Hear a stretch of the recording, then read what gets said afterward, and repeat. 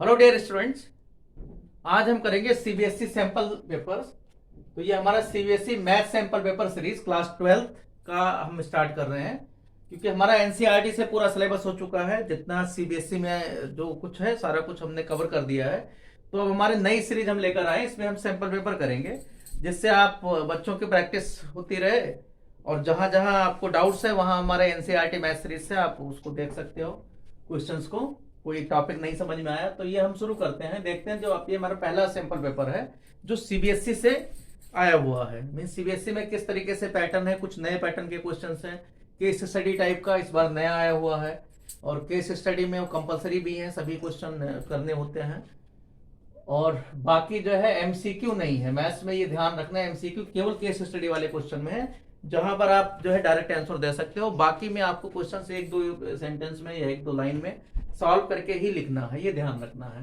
तो देखो इस बार है CBSE math sample paper series. जो सैंपल पेपर एक ही सैंपल पेपर आया है, तो ये हमारा लेक्चर 1 है। लेक्चर 1 का मतलब सैंपल पेपर 1, जो पहला सैंपल पेपर है। एक ही सैंपल पेपर है, बाकी हम दूसरे जगह से, जैसे अच्छे अच्छे ऑर्गेनाइजेशन जो पेपर बनाते हैं, जैसे नवोदय विद्यालय का पेपर है, सीबीएसई का केंद्रीय विद्यालय के पेपर हैं, प्री बोर्ड के या डीपीएस के हैं, या बहुत सारे ऐसे ऐसे जो पेपर हैं उनको हम करेंगे। आर्मी पब्लिक स्कूल के वो हमारा कलेक्शन है, और हम एक एक करके वो पेपर आपको कराते रहेंगे। 30 से 35 पेपर हम करेंगे। तो उसमें हमारा देखते हैं पहला सीरीज। तो देखो पहले देख लेते हैं एक बार, फर्स्ट वीडियो में हम बता देते हैं क्या किस तरीके से है। इस बार क्या किया गया, 2 पार्ट में पूरा पेपर है। 80 मार्क्स का पेपर है, जैसे हर साल की तरह आता है, लेकिन क्वेश्चन चेंज हुए, part A part B. Part A में 2 सेक्शन है, सेक्शन 1 और सेक्शन 2। सेक्शन 1 में क्वेश्चन नंबर 1 to 16 है। 1 to 16 क्वेश्चन, हर क्वेश्चन इसमें 1 मार्क्स का है, ये ध्यान रखना है। 1 मार्क्स का है, लेकिन ये मल्टीपल चॉइस नहीं है। आप ऐसा नहीं एबीसीडी लिख के और काम चला लो, इसको भी एक दो सेंटेंस है वो लिखना पड़ेगा। इसी तरीके सेक्शन 2 में दो क्वेश्चन आएंगे, क्वेश्चन नंबर 17 और 18। ये मल्टीपल चॉइस क्वेश्चन है। क्वेश्चन नंबर 17 में 5 पार्ट होंगे, फर्स्ट सेकंड थर्ड करके, 5th to 5th पार्ट होगा। इसी तरीके से क्वेश्चन नंबर 18 में फर्स्ट से टू 5th पार्ट होगा, उसमें से 4 करने होंगे, कोई 4, यहाँ भी कोई 4 करने होंगे। तो ये केस स्टडी टाइप का मल्टीपल चॉइस क्वेश्चन होगा। तो यहाँ भी आपको रीड करना पड़ेगा। केस स्टडी का मतलब है कुछ नया नहीं है, जैसे कई बार आईआईटी ने भी एक दो बार 2001-2 में शुरू किया था, लेकिन वो तो बहुत पुरानी बात है। आपको जिस तरीका अनसीन पैसेज दिए जाते हैं, वहां पैसेज टाइप का दिया जाएगा, उसी से क्वेश्चन पूछे जाएंगे। मैथमेटिकल एक पैसेज दिया जाएगा। तो ये हो गया आपका 1 मार्क्स के। बाकी पार्ट बी पर आओगे तो ये कुल मिला के आपका क्वेश्चन हो जाएगा 16 क्वेश्चन यहाँ हो गया, 8 मार्क्स यहाँ हो गए, 24 मार्क्स का पार्ट ए बनेगा। तो पार्ट ए में आपको 24 मेहनत उतनी ही करनी जितना पार्ट बी में करना है। तो ऐसा कुछ नहीं है कि आपको बहुत जल्दी इससे मार्क्स मिल जाएंगे। पार्ट बी कहा गया, पार्ट बी टोटल 56 मार्क्स का है। इसमें 3 सेक्शन है, section third, fourth and fifth. Third में 10 क्वेश्चन है, क्वेश्चन नंबर आगे 19 से लेकर और आगे जितना भी आगे आया, मीन्स 19 से लेकर 28 तक क्वेश्चन आपके 2 मार्क्स के मिलेंगे। मीन्स 10 क्वेश्चन है 2 मार्क्स के, तो 20 मार्क्स ये हो गया। उसके बाद नेक्स्ट 7 क्वेश्चन आपको मिलेंगे 29 से लेकर, तो ये क्वेश्चन आपको 21 मार्क्स का हो जाएगा 7 क्वेश्चन। उसके बाद लास्ट के 3 क्वेश्चन, क्वेश्चन नंबर 36, 37 और 38, ये 3 क्वेश्चन 5 मार्क्स के होंगे, और इसमें तीनों में इंटरनल चॉइसेस होगी। ये ध्यान रखना, ये हमारा जो पैटर्न आया हुआ है उस हिसाब से जो ब्लूप्रिंट है वहां से आप देख सकते हो। इस तरीके से सीबीएसई के इंटरनल चॉइसेस बहुत सारे हैं, लेकिन इंटरनल चॉइसेस का बहुत ज्यादा फर्क नहीं पड़ेगा, आपको सारा कुछ पढ़ना ही है। और कोई बहुत ज्यादा डिलीट नहीं हुआ है, डिलीट के चक्कर में मत रहना, सब सारा कुछ पढ़ना। एक पेपर में सॉल्व करा रहा हूँ, उससे आपको देखते रहना। तो सीबीएसई का हम शुरू करते हैं, जो सीबीएसई का पेपर आया हुआ है। देखते हैं पार्ट ए। पार्ट ए में सेक्शन 1, क्वेश्चन नंबर 1 कहा गया है, check whether the function f R to R defined by f x equal to x cube. Question number 1 है हमारा कि f x equal to x cube, और आपको function दे रखा है domain real number to real number. पता करना है, ये पता करना है defined as f x equal to x cube is 1 और नॉट, ये 1 है या नहीं है, ये पता करना है। तो आप देखो f x equal to x cube, तो यहां से देखो एक नंबर का अगर क्यूब मान लो 1 का क्यूब किया तो यहाँ 1। इस तरीके से आप देखोगे जितने भी रियल नंबर है उनका क्यूब क्या है, क्यूब हमेशा 1 ही रहेगा। तो यहाँ पर ये 1 है, तो यहाँ यही पूछा गया 1 है या नहीं है, तो 1 यहाँ पर मिल जाएगा, क्योंकि किसी का अगर परफेक्ट क्यूब 2 नंबर का क्यूब यहाँ से सबके सब अलग होंगे। मीन्स अगर आपको प्रूव करना यही, तो आप ऐसे मान सकते हो कि let x1 x2 belong to the real number है, तो real number such that such that किस तरीके से fx1 is equal to fx2 means क्या है x1 cube is equal to x2 cube. आपको पता है क्यूब में कोई प्रॉब्लम नहीं है, हम प्लस माइनस का नहीं होता। इसका मतलब क्या है x1 is equal to x2। तो यहां से आपको मिल गया f इज 11 क्योंकि यही कंडीशन होती है f इज 11 कि अगर fx1 इक्वल टू fx2 दिखाया गया, या इसी तरीके से दूसरे तरीके से समझ सकते हो, x क्यूब का अगर ग्राफ भी दे रखा है इस तरीके से हम इसका x क्यूब का ग्राफ बना लेते हैं fx equal to x cube. Graph वाला हमारा अगर नहीं समझ में आता तो एमटीजी ग्राफ सीरीज है, उसको आप देख सकते हो। NCERT maths MTG means NCERT maths through graph series है, वहां से भी देख सकते हो। तो यहाँ क्या है, एक्स एक्सिस के पैरेलल कोई भी लाइन अगर डाली जाए तो अगर वो एक ही पॉइंट पर इंटरसेक्ट कर रही है तो इसका मतलब ये हो गया कि ये 1 1 है। तो दो मेथड है, दोनों में से कोई एक कर सकते हो। क्वेश्चन नंबर 2 देख, इसी का और पार्ट है, how many reflexive relations are possible in a set A whose number of A equal to 3। Question कहा गया है, इसी का आर पार्ट में दे रखा है कि number of A is equal to 3 है, मींस किसी सेट में 3 एलिमेंट है तो इसके कितने रिफ्लेक्सिव रिलेशन होंगे। तो रिफ्लेक्सिव आपको पता है रिलेशंस किस तरीके से, अगर 3 एलिमेंट है, मान लो हम इस तरीके से 1 2 3 ले लें, ये 3 एलिमेंट है, तो आपको पता है रिफ्लेक्सिव में कि इसमें पहले नंबर ए क्रॉस ए में कितने एलिमेंट होंगे, ए क्रॉस ए में पता है आपको 3 स्क्वायर में 9 एलिमेंट आएंगे। इसी तरीके से उसमें से 9 एलिमेंट में 3 एलिमेंट मीन 1 1 2 2 3 3 कोई भी रिलेशन लिया जाएगा, ये होने जरूरी है। इसका मतलब क्या है, इसे जनरलाइज कर सकते हो कि इसका मतलब क्या है कि अगर किसी number of A equal to किसी सेट में अगर n एलिमेंट है, n एलिमेंट का कोई सेट दिया गया तो उसके कितने पॉइंट हो जाएंगे, इसके कार्टेशियन प्रोडक्ट में n स्क्वायर हो जाएंगे। मान लो कोई सेट ए है उसमें n एलिमेंट है तो n स्क्वायर ए क्रॉस ए में हो जाएंगे, ए क्रॉस ए में n स्क्वायर हो जाएंगे।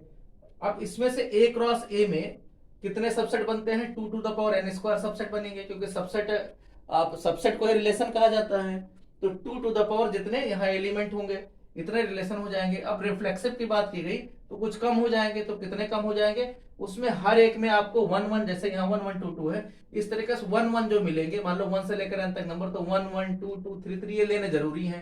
तो जब ये लेंगे तो आपके पास चॉइस कम बचेगा ए क्रॉस ए से लेने का, तो n स्क्वायर माइनस n ही बचेगा रिफ्लेक्सिव के लिए और रिफ्लेक्सिव के लिए।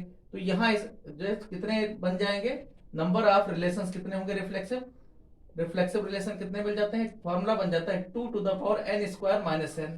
तो यहाँ कितना, अगर 3 एलिमेंट है तो क्या आ जाएगा 2 टू द पावर 3 स्क्वायर में 9, तो पूरे इसके आएंगे पॉइंट, उसमें से कितने कम हो जाएंगे, 3 कम हो जाएंगे। तो 2 to the power 6, 2 to the power 6 का मतलब 64, 2 टू द पावर 6 का मतलब होगा 64 यहाँ पर रिलेशंस मिलेंगे जो रिफ्लेक्सिव होंगे। तो ये सारी चीजें थोड़ा 11th का क्वेश्चन ये आ गया है, तो 11th से आप इसको क्वेश्चन को कर लेना। क्वेश्चन नंबर 2 कहा गया, relation R in set S equal to 1 2 3, कोई सेट 1 2 3 है, वहां से पूछा गया है relation R equal to set A दे रखा है 1 2 3, 1 2 3 में इस तरीके से है कि defined as R equal to 1 1 1 2 2 2 3 3, means कोई रिलेशन इस तरीके से डिफाइन किया जिसमें 1 1 पॉइंट है, 2 2 है, 3 3 है, लेकिन एक एक्स्ट्रा भी 1 2 दे रखा है जो इक्वल वाले नहीं है। मींस एक रिलेशन ऐसा दे रखा है आर कोई 1 2 3 सेट 1 2 3 पर डिफाइन है, 1 2 3 पर कहा गया डिफाइन है, इस सेट से लिया गया है, मींस ए अगर सेट दे रखा है तो ए क्रॉस ए यहां से लिया गया है। पॉइंट इस तरीके से लिखे गए हैं कि 1 1, यहां एक पॉइंट दे रखा है 1 2 और दूसरा दे रखा है 2 2 3 3। तो कह रहे हैं कि ये रिफ्लेक्सिव होने के लिए क्या इसमें हटना चाहिए, तो ये पता करना है आपको। कहा गया which element of relation R is removed to make R an equivalence relation. तो इसका मतलब कौन सा हटना चाहिए, 1 2 हटना चाहिए, जिससे 1 1 2 2 3 3 तीनों एलिमेंट आ जाए तो रिफ्लेक्शन मिल गया। तो यहाँ पर आंसर क्या आ जाएगा, 1 2 आ जाएगा। तो ये बेसिक जनरल वाला है क्वेश्चन, डायरेक्ट आप लिख दोगे तो भी मार्क्स मिल जाएंगे, इसमें कोई स्टेप की जरूरत नहीं है। तो ये भी देखना है कि अगर बिना स्टेप के है तो एक ही सेंटेंस में हो जाएगा। A relation R in the set, question number 3 है, a relation R in the set of real numbers R defined as R equal to A B relations. Third question है R is equal to relation इस तरीके से R equal to A B such that root A equal to B, root A equal to B ये पता करना है is a function or not, ये function है या नहीं है। तो आप देखो b इक्वल टू बी मतलब हो गया एफ एक्स, तो एफ एक्स इक्वल टू क्या है, रूट एक्स टाइप का है, मीन्स रूट इस टाइप का मिल रहा है, रूट ए टाइप का। तो आपको पता है कि b का वैल्यू रूट ए अगर है तो a अगर नेगेटिव है, मीन्स इसका मतलब क्या होगा f अगर a की जगह नेगेटिव रखते हैं नंबर, तो आपको पता है रूट ए ऐसे भी लिख सकते हो एफ एक्स या एफ ए जो यहाँ लिखना चाहो, F A equal to B इस तरीके से दे रखा है, तो F A equal to root A, तो आपको पता है root A is not defined.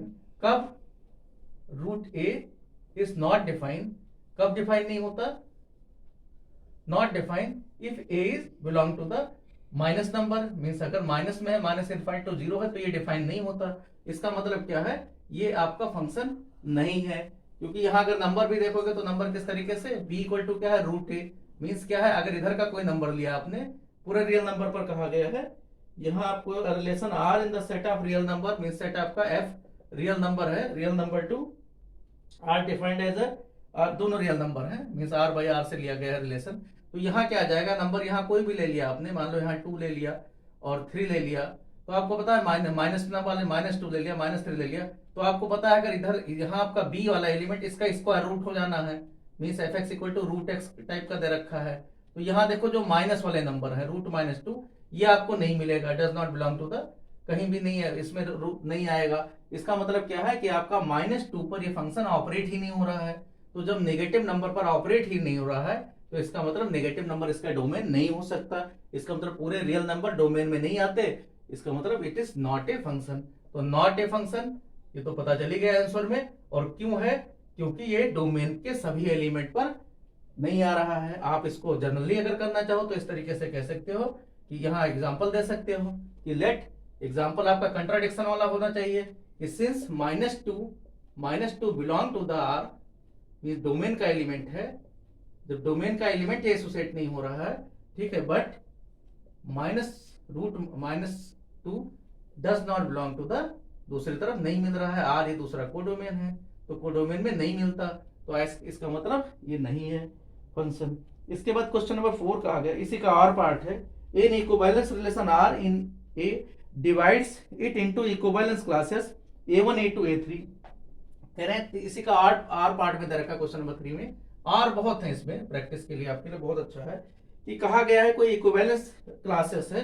Equivalence classes का मतलब होता है, आप नहीं समझ सकते तो उसमें प्रोबेबिलिटी वाले में ले लेना, प्रोबेबिलिटी में हमेशा जो आपको एक सैंपल स्पेस को डिवाइड किया जाता है, हमेशा क्लासेस में डिवाइड करते हैं। क्लासेस का रूल क्या है कि कोई एलिमेंट कॉमन नहीं होना चाहिए। मान लो अगर A1 A2 A3 यहाँ क्लासेस बनाया गया है, A1 A2 A3 में क्लासेस बनाया गया है, तो पहली चीज है इसमें कुछ कॉमन नहीं होना चाहिए, इस A1 A2 A3 का इंटरसेक्शन नल सेट होना चाहिए। और दूसरी चीज अगर 3 में कहा गया है तो तीनों के तीनों A1 A2 A3 ये तीनों को अगर इनको कंबाइन किया जाए तो ये पूरा पूरा सेट बनना चाहिए, मीन्स A आ जाना चाहिए। तो यहाँ यही है कि आपको कहा गया है कि इक्विवेलेंस क्लास अगर A का है तो A डिवाइड किया गया तो A1 A2 A3 में, तो what is the value of A1 union A2 union A3 तो A आ जाएगा, और कहा गया इनके इंटरसेक्शन का क्या होगा, तो नल सेट। तो कोई भी इक्विवेलेंस क्लास को अगर बनाया गया है किसी भी इक्विवेलेंस रिलेशन से, तो उनका यूनियन क्या होता है, एग्जॉस्टिव मींस सबको मिला, यूनियन क्या आएगा, पूरा सेट आएगा, मींस यूनिवर्सल सेट मिलेगा, और इंटरसेक्शन किसी में भी कुछ कॉमन नहीं आना चाहिए। तो ये यहाँ पर ध्यान रखना है। इसके बाद देखते हैं क्वेश्चन नंबर, ये हमारा 3 का ही और था, क्वेश्चन नंबर 4 देखते हैं। If A and B are matrices of order 3/n, A कोई मैट्रिक्स है जिसका ऑर्डर है 3/n, A कोई मैट्रिक्स है यहां पर जिसका ऑर्डर दे रखा है 3/n, और B कोई मैट्रिक्स है, B का ऑर्डर दे रखा है एंड m/5, और B का ऑर्डर है m/5। फिर कहा गया है अगर ये इस तरीके से दिए गए हैं तो आपको पता क्या करना है, 5A और साथ में then find the order of 5A - 3B। तो कहा गया 5A - 3B का ऑर्डर क्या होगा, तो कोई चीज अगर माइनस हो रहा है, 5 तो नंबर है, मल्टीप्लाई हुआ है सिर्फ स्केलर नंबर से, तो इसका मतलब order of A equal to order of B होगा, तभी ये जुड़ेंगे या प्लस या माइनस होंगे। तो ऑर्डर ऑफ A इसका मतलब जो 3/n है और दूसरा m/5 है, ये दोनों बराबर होने चाहिए, तो कंपेयर करोगे तो इसका मतलब क्या हो गया, m की जगह 3 होना चाहिए, ऑर्डर है, ध्यान रखना मल्टीप्लाई नहीं है, और n की जगह क्या आना चाहिए, 5 आना चाहिए, तो इसका मतलब इसका ऑर्डर क्या आ जाएगा, 3/5 हो जाएगा, ये ध्यान रखना। इसी तरीके से कहा गया है क्वेश्चन नंबर 4 के बाद क्वेश्चन नंबर 5 में, find the value of A square where A is a 2/2 matrix whose elements are given by Aij। यहाँ एलिमेंट इस तरीके से दिया गया है क्वेश्चन नंबर 5 में कि Aij कोई एलिमेंट अगर लिखना है तो ये किस तरीके से होगा, 1 होगा या 0 होगा। 1 तब लिखा जाएगा if I is not equal to J, और यहाँ पर if I equal to J, means हम जब वैल्यू लिखते हैं तो किस तरीके से लिखते हैं, A11 A12 A21 A22। तो यहाँ क्या आ जाएगा किस तरीके से, अगर ये बराबर नहीं है मीन्स यहाँ वाले, तो यहाँ क्या आ जाएगा, अगर बराबर है तब तो जीरो रहेगा, इस तरीके से बराबर ये वाले डायगोनल होते हैं। तो ये आ गए ए का वैल्यू। अब आपसे पता क्या करना है, ए स्क्वायर पूछा गया है, तो ए स्क्वायर क्या आ जाएगा, इन्हीं को मल्टीप्लाई कर देना, 0 1 और 1 0, तो मल्टीप्लाई करोगे इसी को फिर से 0 1 1 0, तो यहाँ मल्टीप्लाई इस तरीके से किया गया, तो यहाँ आ गया 1 और यहाँ आ जाएगा 0, यहाँ 0 यहाँ 1, तो एक तरीके से आइडेंटिटी आ जाएगा। तो ये क्वेश्चन नंबर 5 का था। क्वेश्चन नंबर 5 का फिर से और पार्ट है, given that A is a square matrix of order 3/3, इसी का और पार्ट है। कहा गया है अगर कोई मैट्रिक्स दे रखा है, कोई स्क्वायर मैट्रिक्स है जिसका ऑर्डर 3 है, मींस ऑर्डर किसी ए मैट्रिक्स का 3 है, और साथ में कहा गया है इसका डिटरमिनेंट -4 है, डिटरमिनेंट से इसका -4 है, तो पूछा गया इसके एडजॉइंट्स का क्या आएगा, मींस एडजॉइंट से का डिटरमिनेंट क्या होगा। तो एडजॉइंट से का डिटरमिनेंट क्या होता है, जितना डिटरमिनेंट का है उसका पावर n-1 होता है, n मतलब ऑर्डर, ऑर्डर यहाँ 3 है, तो इसका तो -4 का होल स्क्वायर आएगा, तो 16 आ गया इसका आंसर, -4 का स्क्वायर। क्वेश्चन नंबर 5 के बाद क्वेश्चन नंबर 6 देखते हैं। क्वेश्चन नंबर 6 में कहा गया है let a equal to aij be square matrix of order 3/3 का है, and determinant a equal to -7, कहा गया डिटरमिनेंट a इक्वल टू -7 है, और कोई 3/3 का मैट्रिक्स है, तो पता क्या करना है, find the value of a11, आपको पता करना है a11 A21 प्लस में A12 इसी तरीके से कैपिटल ए कोफैक्टर है, स्मॉल ए जो एनसीईआरटी का नोटेशन है उसी को दिया गया है, A22 प्लस में A13, यहां स्मॉल A13, और उसके बाद में कैपिटल यहां पर भी इस तरीके से 2 वाले लिया गया, तो 23। तो यहां देखो ये आपको पता है अगर A11 इसी का कोफैक्टर हो, यही कोफैक्टर लिया जाए तब तो ठीक है, तब तो ये आता है आपका जो है वैल्यू डिटरमिनेंट आ जाता है। लेकिन अगर यहाँ उल्टा कर दिया गया है, यहाँ A11, तो यहाँ क्या है, ये बदल दिया गया है, 1 कॉलम तो वही रखा गया है, कॉलम वही है, लेकिन यहाँ पर ये बदल दिया गया है, तो यहाँ पर क्या आ जाएगा, वैल्यू क्या आ जाता है, फिर 0 आ जाता है, तो आंसर क्या आ जाएगा यहाँ पर 0, डिटरमिनेंट से कोई लेना देना यहाँ नहीं, डिटरमिनेंट ऐसे दे रखा है। क्वेश्चन नंबर 7 देखते हैं। 7 कहा गया find e power x, integral है इस बार e पावर x, यहाँ 1 माइनस कॉट x और प्लस में cosec square x dx, plus में कोसेक स्क्वायर एक्स dx, इसका इंटीग्रल पूछा गया है।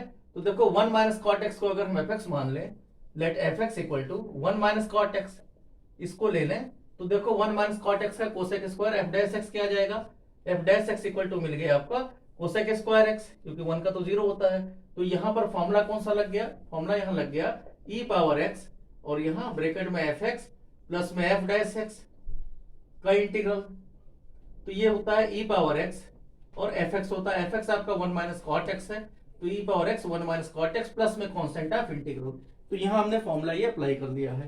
क्वेश्चन नंबर 7 के बाद में क्वेश्चन इसी में और पार्ट भी दे रखा है, और खूब है, जो मर्जी है आपके लिए, चॉइस बहुत है, इसलिए कंफ्यूजन भी बहुत है और चीटिंग भी नहीं हो पाएगी, क्योंकि पता नहीं कौन सा पार्ट कोई कर रहा है और आप कौन सा कर रहे हो, कहीं गलत नंबर डाल दिया तो मार्क्स वार्क्स नहीं मिलने, और यही कारण है और वाले पार्ट बहुत ज्यादा बनाए गए हैं। तो यहां देखते हैं क्वेश्चन नंबर इसी का देखो, क्वेश्चन नंबर 7 का इंटीग्रल दे रखा है, इंटीग्रल का ही -π/2 से लेकर π/2 और x square sine x dx। आप देखो x स्क्वायर जब भी -a से a आए, तो -a से जब भी क्वेश्चन यहाँ दिया जाए तो आप जरूर देखो ये ऑड फंक्शन है या इवन फंक्शन है, वहीं से आता है।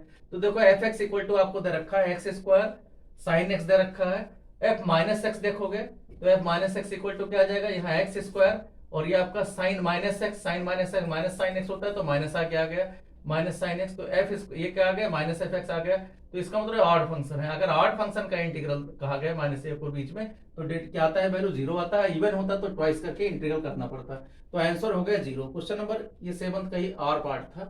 क्वेश्चन नंबर 8 में देखते हैं।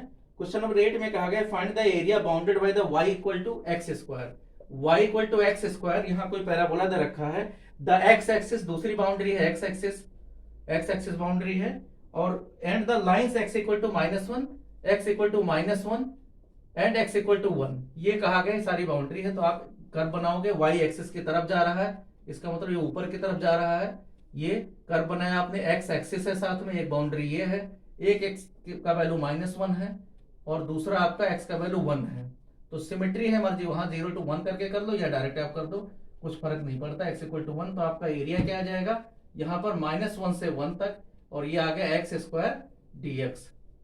तो अब यहाँ देखो ये क्या है, इवन फंक्शन है, या मर्जी डायरेक्ट कर लो, छोटा सा क्वेश्चन है। x³ अपान में 3, लिमिट क्या आ जाएगा -1 से 1 तक, 1/3 कॉमन है, एक बार यहाँ 1 रखोगे तो 1 आ गया, और प्लस में फिर से 1, तो आंसर क्या आ गया 2/3 आ गया।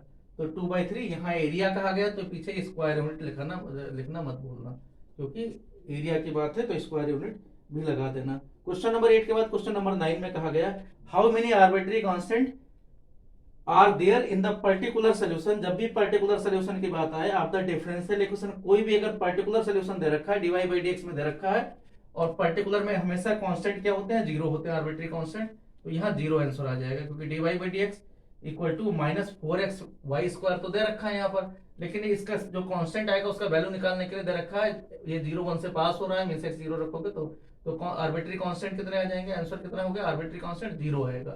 तो ये क्वेश्चन था, क्वेश्चन नंबर 9 था। इसका आर पार्ट भी दे रखा है, छोटा सा क्वेश्चन ये भी है, ये भी यहीं पर ये कर लेते हैं। क्वेश्चन नंबर इसी का छोटा पार्ट है, क्वेश्चन नंबर 9 का ही। कहा गया है dy/dx is equal to x to the power x power 3 minus y power n divided by x² y plus xy² दे रखा है। तो ये इसके होमोजेन, क्वेश्चन की लैंग्वेज ये है कि for what value of n is the following homogeneous differential equation dy/dx equal to x power 3 minus y cube।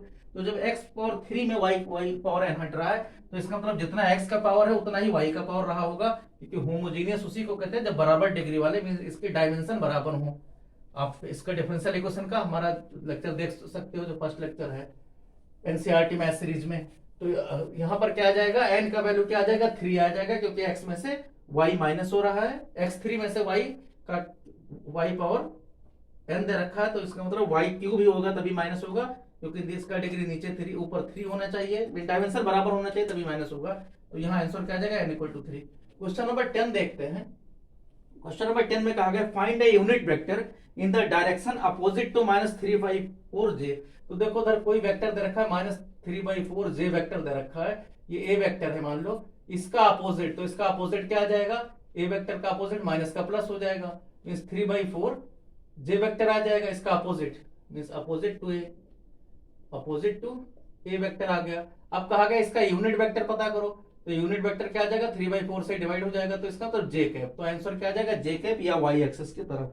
Question number 10 के बाद में यूनिट वेक्टर क्वेश्चन में कहा गया, क्वेश्चन नंबर 11 में कहा गया find the area of the triangle which two sides are represented by 2i and -3j। तो एक वेक्टर दे रखा है 2i, एक साइड दे रखा है, साइड सीधा दे रखा है, ए वेक्टर मान लो, दूसरा b वेक्टर दे रखा है आपका -3j, ये -3j दे रखा है। तो एरिया का फॉर्मूला क्या होता है, 1/2 ट्रायंगल के area half a cross b vector का मॉड। तो यहाँ क्या आ जाएगा, हाफ इधर, इन दोनों का क्रॉस कर देना है, छोटा सा क्वेश्चन है, 2i क्रॉस में -3j, तो यहाँ पर क्या आ जाएगा i, तो यहाँ आ गया हाफ माइनस प्लस बनी जाएगा, यहाँ 6 आ गया, और i क्रॉस j का मतलब k वेक्टर होता है, तो 6k इसका यूनिट वेक्टर लगाओगे तो 6/2 में 3 आ जाएगा, तो 3 यूनिट या 3 स्क्वायर यूनिट जो आपको पसंद हो लिख दो, 3 आंसर होगा।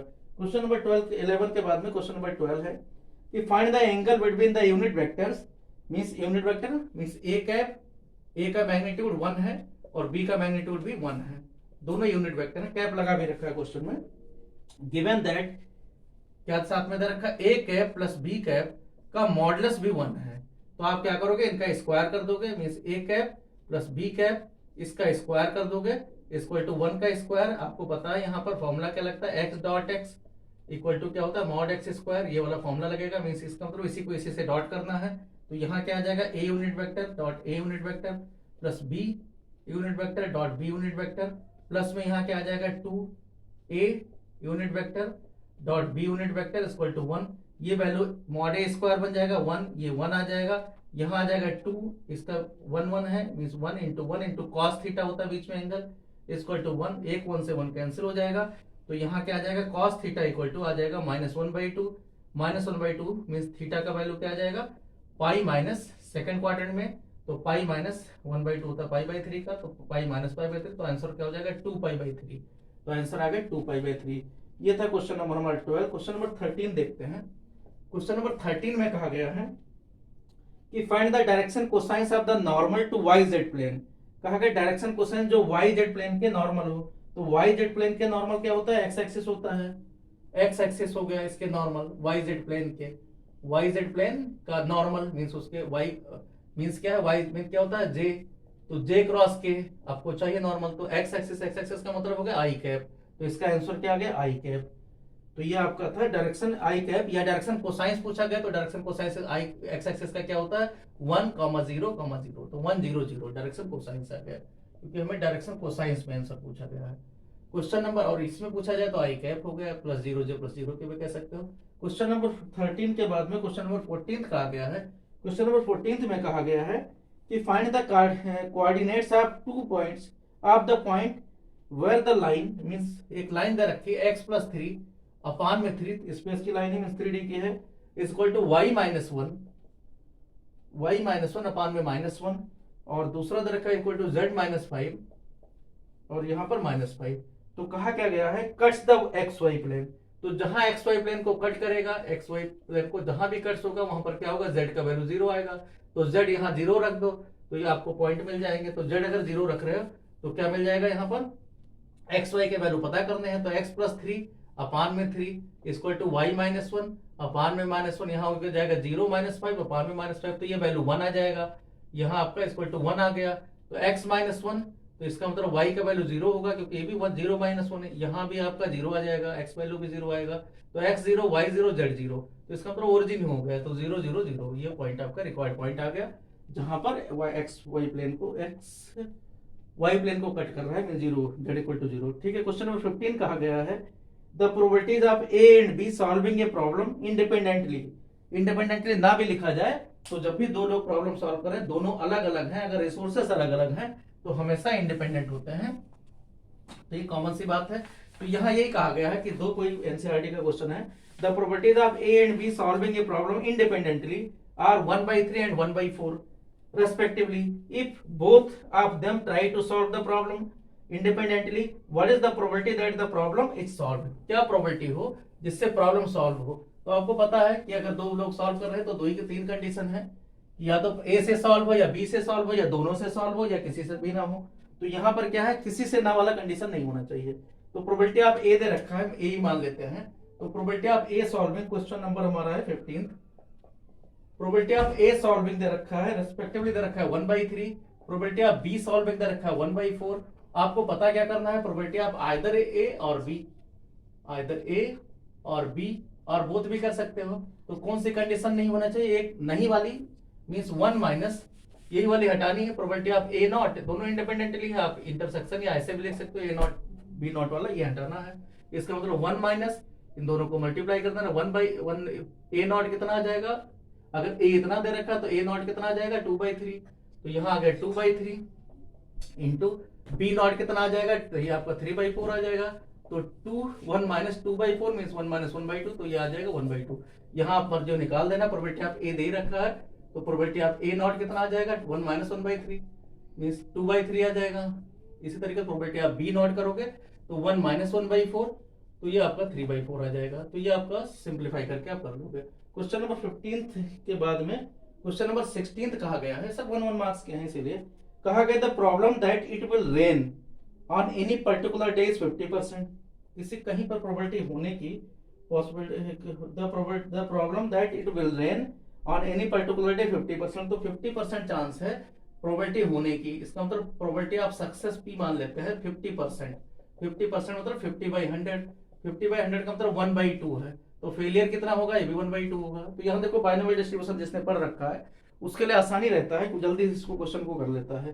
कहा गया find the probability that it rains only on first 4 days. अब क्वेश्चन में कहा गया है first 4 days of the week, इसका मतलब एन कितने नंबर 7 दिन में आपको देखना है। अब 7 डेज देखना है, वीक का मतलब 7 डेज है, ये कहा गया है।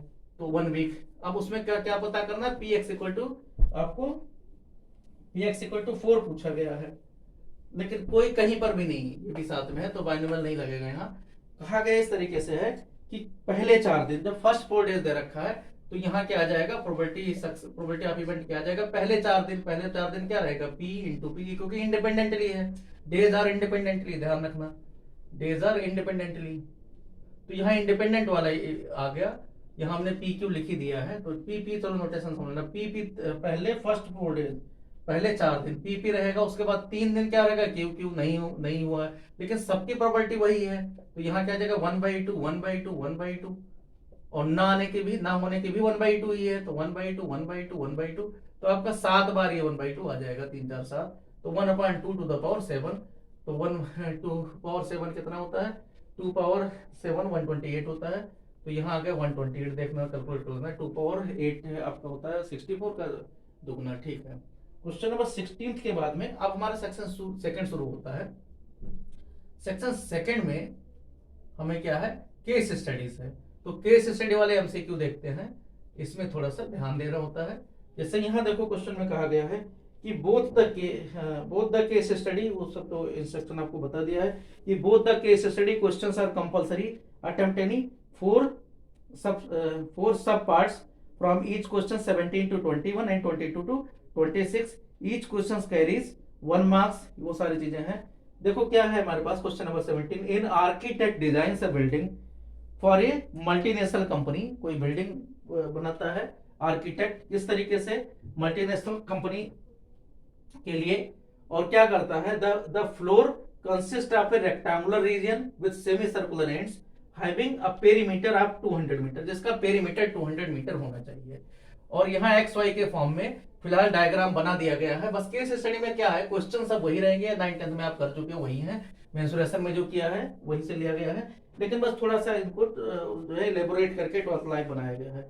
तो क्या कहा गया है, कोई बिल्डिंग बनाई गई है, बिल्डिंग का जो फ्लोर है वो इस तरीके से यहाँ रेक्टेंगुलर है, और इसके बाहर मींस इसके जो किनारे हैं वो सेमी सर्कुलर बनाया गया है, इस तरीके से दिया हुआ है।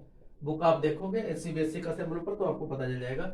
इसमें कहा गया जो रेक्टेंगुलर साइड है, मान लो ए बी है, इसको एक्स कहा गया है, ये हिस्सा कहा गया है, जो दूसरा है ये आपका वाई है, मींस ब्रेथ जिसको कहा गया, ये हिस्सा जिससे रेडियस बनता है, मतलब सेंटर, ये y/2 दे रखा है।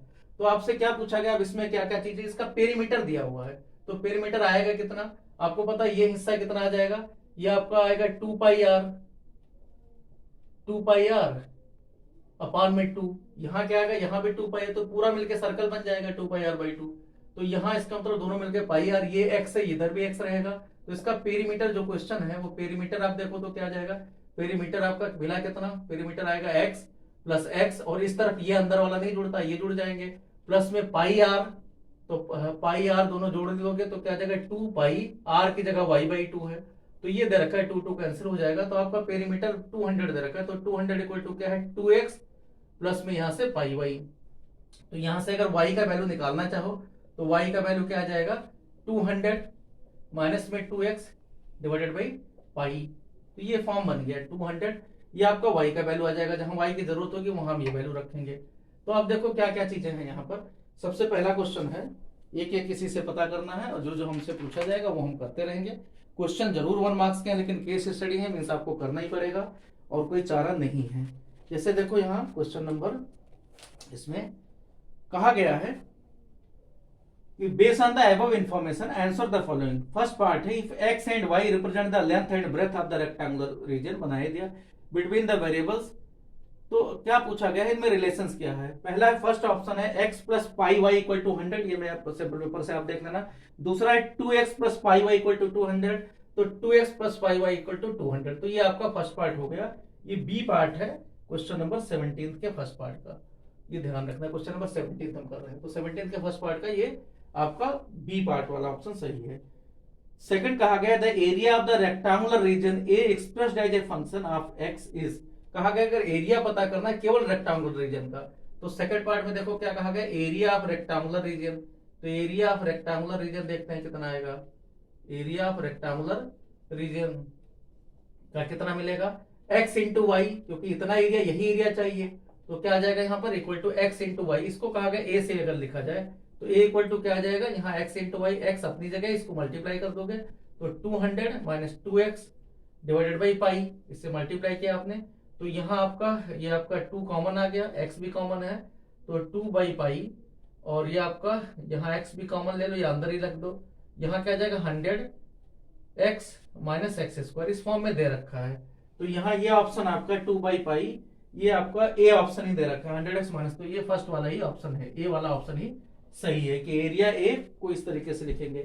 थर्ड पार्ट कहा गया the maximum value of area A is, अब कहा गया मैक्सिमम वैल्यू। अब यहाँ इसी में मैक्सिमम मिनिमम की बात आ गई, तो थर्ड पार्ट में क्या रखो, मैक्सिमम मिनिमम कैसे पता करते हैं, dA/dx से। तो dA/dx क्या आ जाएगा 2/पाई, 2/पाई कितना आ जाएगा 100 माइनस में यहाँ पर आपका 2x आ गया। तो अब आपको पता है मैक्सिमम मिनिमम के लिए क्या करते हैं, इसको 0 रखते हैं फॉर मैक्सिमम और मिनिमम, इसके लिए क्या करते हैं, इसको 0 देखते हैं। तो यहाँ से 100 माइनस 2x, बाकी तो कांस्टेंट है, इक्वल टू 0। तो x का वैल्यू क्या आ गया 50। तो x का वैल्यू अगर 50 आ गया तो अब आपको देखने की जरूरत नहीं, डबल डेरिवेटिव जरूरत नहीं, क्योंकि एमसीक्यू यहाँ रख दोगे। तो इसका मतलब क्या आ जाएगा कि जो आपका मैक्सिमम एरिया है, एरिया मैक्सिमम, क्योंकि क्वेश्चन में कहा गया मैक्सिमम है, तो एरिया मैक्सिमम कितना आ जाएगा 100, यहाँ आपका 2/पाई, और इसमें आप मल्टीप्लाई कर दोगे तो 100 में तो 5000 और माइनस में 5, ये आ गया 2500। तो कितना आ गया 2500 को 2 से मल्टीप्लाई किया गया, तो यहाँ कितना आ जाएगा 5000 डिवाइडेड बाई पाई, इतना मीटर स्क्वायर, जो कुछ दे रखा है यूनिट स्क्वायर, मीटर स्क्वायर, ये आपका मैक्सिमम एरिया आ जाएगा। तो ये ऑप्शन सी सही है, तो यहाँ ऑप्शन सी वाला सही माना जाएगा। इसी तरीके से फोर्थ पार्ट कहा गया है, इसी का 17th का फोर्थ पार्ट पूछा गया है। कहा गया द सीईओ, जो चीफ एग्जीक्यूटिव ऑफिसर है of the multinational company is interested in maximising the area of the whole floor including the semi circular end for this to happen the value of x would be. कहा गया कोई क्या कर रहा है, वो कह रहा है हम सबको मैक्सिमाइज करेंगे, हमें ये एरिया भी अगर इंक्लूड करनी है। तो कहा गया तो बताओ कि एक्स का वैल्यू क्या होना चाहिए। तो इसका मतलब अब आपका क्या आ जाएगा टोटल एरिया, तो टोटल एरिया क्या आ जाएगा, टोटल एरिया में एक्स वाई तो रहेगा एक्स वाई, और यहाँ हाफ पाई आर स्क्वायर, उधर भी half pi r square, area ये भी हाफ पाई आर स्क्वायर आ जाएगा, इधर भी half pi r square, r का वैल्यू y/2 है, तो दोनों मिलके क्या आ जाएंगे, पूरा सर्कल बन जाएगा। तो प्लस में पाई आर स्क्वायर मतलब y/4 y/2 का होल स्क्वायर। तो ये वैल्यू आ गया, y का वैल्यू रख देते हैं हम, एक्स वाई तो हम पहले निकाल ही चुके थे, एक्स वाई हम यहाँ एरिया निकाल चुके थे, इसको हम ऐसे रखेंगे। इसका मतलब क्या हो गया 2/पाई, ये वैल्यू तो हमारे पास था ही कि 100x माइनस एक्स स्क्वायर, दोबारा करने की जरूरत नहीं है। प्लस में यहाँ पर पाई/4 ये वैल्यू, और इसका स्क्वायर और आ गया, y का वैल्यू यहाँ हमारे पास था, इसका स्क्वायर आ गया y 200, यहाँ पर था 200 minus 2x divided by pi का होल स्क्वायर, एक और नया आ गया, ये इतना आ गया। तो यहाँ देखो दर हम इसको और एक लाइन और सिंप्लीफाई कर देते हैं। तो TA इक्वल टू क्या मिलेगा, टी मतलब टोटल एरिया 2/पाई, यहाँ आपका 100x माइनस एक्स स्क्वायर, हमें कोई जरूरत नहीं यहाँ पर, क्योंकि ये आपका पाई स्क्वायर यहाँ से कैंसिल होके तो क्या आ जाएगा, 2 भी ऊपर कॉमन है तो 4 कैंसिल हो जाएगा, तो ये आ जाएगा 1/पाई, और यहाँ 4 भी कैंसिल हो जाएगा, अंदर से 2 लिया गया, तो यहाँ हो गया 100 माइनस एक्स का होल स्क्वायर, ये फॉर्म आ गया। क्योंकि अब डेरिवेटिव भी तो करना है हमें, तो हम ज्यादा मेहनत क्यों करें। अब देखो इसका डेरिवेटिव कर देंगे कि d/dx, आप टोटल एरिया का d/dx करेंगे, 2/पाई कॉमन है यहाँ कितना आ जाएगा 100 माइनस 2x, ये आ गया 100 माइनस 2x, इधर कितना आ जाएगा प्लस में 1/पाई, 2/पाई पूरे में ले लेते, 2/पाई नहीं आएगा क्योंकि 200 माइनस एक्स आ गया, ठीक है कोई बात नहीं। तो यहाँ क्या आ जाएगा 1/पाई, और ये आपका क्या आ जाएगा twice into 100 minus x, twice into, और माइनस एक्स का माइनस होना है तो यहाँ पर माइनस सिर्फ आ जाएगा। तो यहाँ क्या आ गया हमारे पास पाई LCL दोनों का नीचे ले लेते हैं, यहाँ 2 से मल्टीप्लाई करते हैं, 200 माइनस 4x, यहाँ आ गया माइनस 4x, और ये कितना आ जाएगा -2 भी ले सकते थे, चलो अब लिख दिया है। यहाँ पर कितना आ जाएगा -200, क्योंकि -200 आ गया, और प्लस में कितना आ जाएगा, प्लस में यहाँ पर 2x आ गया, तो यहाँ कितना आ गया आपका 200 माइनस 200 कैंसिल हो गया, तो ये आ गया -1/पाई और -2x। क्वेश्चन नंबर 17 का फोर्थ पार्ट, तो फोर्थ पार्ट में क्या आ जाएगा, यहाँ पर ये सॉल्व करते हुए टोटल एरिया का, और यहाँ क्या आ गया -1/2x फॉर मैक्सिमम मिनिमम के लिए -2x upon pi 0 means x equal to 0। तो x इक्वल टू 0 यहाँ फोर्थ में ऑप्शन दे रखा है फर्स्ट पार्ट, तो यहाँ पर ए वाला सही है। इसी तरीके से देखते हैं यहाँ पर फिफ्थ पॉइंट में कहा गया the extra area generated if the area of the whole floor. तो होल फ्लोर का मतलब हो गया पूरा फ्लोर, तो पूरे फ्लोर में आपका ये वाला हिस्सा भी आ जाएगा जो साइड में दे रखा है, ये लिखी रखा है। तो ये पूछा गया है x इक्वल टू 0 तो आ ही गया। अब टोटल एरिया आएगा कितना, तो x की जगह 0 रख दो, जी हाँ इक्वेशन मान लेना मर्जी हो। ये जो आपका टोटल एरिया आया है इसको मान लेना कोई इक्वेशन, थर्ड फोर्थ जो भी है थर्ड मान लो। तो यहाँ पर क्या आ जाएगा टोटल एरिया, यहाँ x की जगह 0 रखो, ये 0 आ गया, इधर 100, इतना आ जाएगा 10,000 अपन पाई मीटर स्क्वायर। 5,000 हमारा पहले था जो इसका एरिया रेक्टेंगुलर वाले का था, ये वाला छोड़ के था, अब ये भी एरिया इंक्लूड हो गया, तो यहाँ पे 5,000 आ गया, तो एक्स्ट्रा एरिया हमारा 5,000 पर मीटर स्क्वायर आ गया। तो यहाँ पर ऑप्शन बी वाला सही है, ये ध्यान रखना। और आंसर में गलत दे रखा है, डी दे रखा है, तो बी वाला सही कर देना। जो सीबीएसई ने सैंपल पर निकाला उसमें डी आंसर दे रखा है, no change both areas are equal, तो ये सही कर देना, क्योंकि होल फ्लोर पूछा गया है, मीन सब कुछ इधर वाला भी एरिया।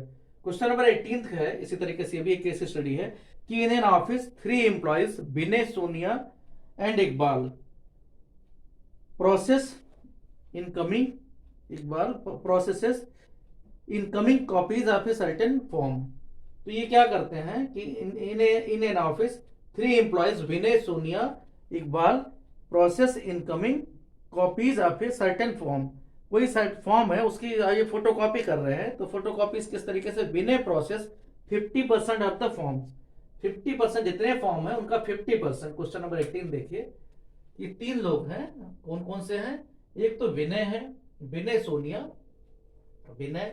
सोनिया और इकबाल, ये 3 लोग हैं। किस तरीके से करना, प्रोसेसेस इनकमिंग कॉपीज आप ए सर्टेन फॉर्म, कोई सर्टेन फॉर्म की फोटोकॉपी कर रहे हैं। विनय प्रोसेस 50%, विनय 50% कॉपीज को यही कर देता है, 50% जितनी कॉपीज आ रही हैं। सोनिया प्रोसेसेस 20% सोनिया करती है, और and Iqbal the remaining 30% of the forms, remaining जो आया 30% क्योंकि टोटल 100% होता है, तो उसको इकबाल करता है। तो विनय हैज एन एरर रेट 0.06, जो इसका एरर है वो एरर है 0.06, इसकी प्रोबेबिलिटी है।